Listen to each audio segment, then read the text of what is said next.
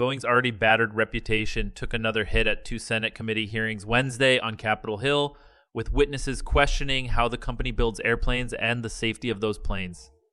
One of the key witnesses was Boeing engineer Sam Salehpour, a whistleblower who said he's been threatened for bringing safety concerns to his managers over several years, but that he was testifying due to his belief that they are putting out defective airplanes. I have serious concerns about the safety of the 787 and 707 aircraft, and I'm willing to take on professional risk to talk about them, he said in his opening statement. He said when he raised concerns, I was ignored. I was told not to create delays. I was told, frankly, to shut up.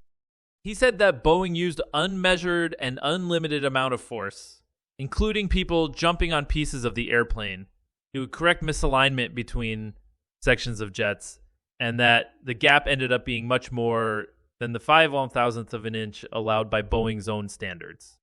Boeing did not have any witnesses at either hearing Wednesday, but at a briefing earlier this week, it defended the standards used to build planes. It said the 5/1000th of an inch gap is only the width of a human hair or two pieces of paper and was a hyper-conservative standard. It said even when the gap is wider than what was originally prescribed, inspections of the jets showed no signs of fatigue or other problems even after years in service.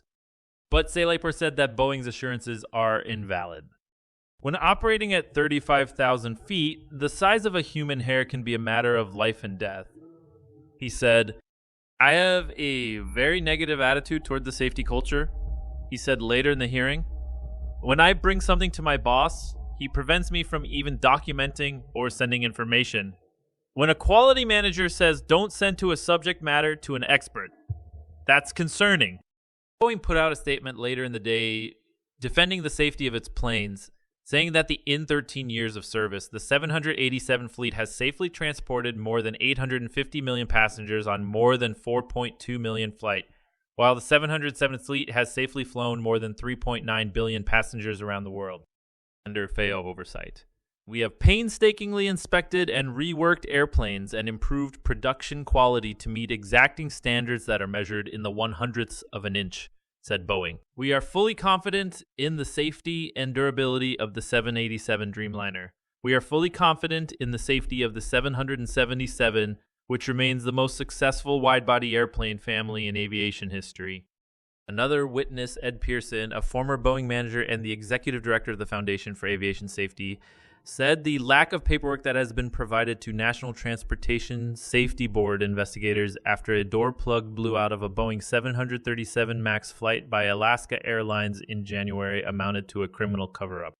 Records do exist documenting in detail the hectic work done on the Alaska Airlines airplane, and Boeing's corporate leaders know it too, because they fought to withhold these same damning records after the two MAX crashes, he said in his opening comments.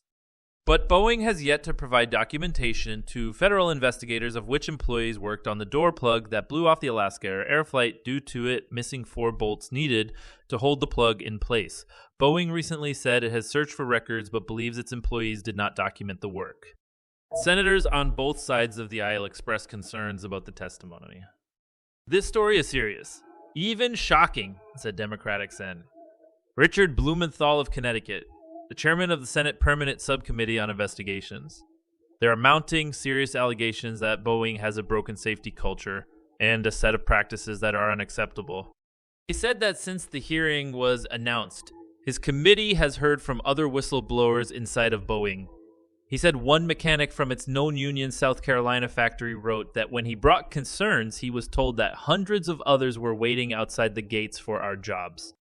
Boeing is at a moment of reckoning, Blumenthal said. It's a moment many years in the making. It's a moment that results not from one incident or one flight or one plane. At its briefing on Monday ahead of the hearing, Boeing said it has encouraged employees to bring forward safety concerns, and since the Alaska Air incident, they have been doing so in much greater numbers.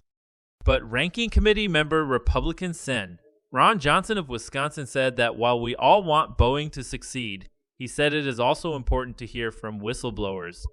What I don't want this committee to do is to scare the you-know-what out of the American public, he said. In the end, I want the public to be confident getting on an airplane.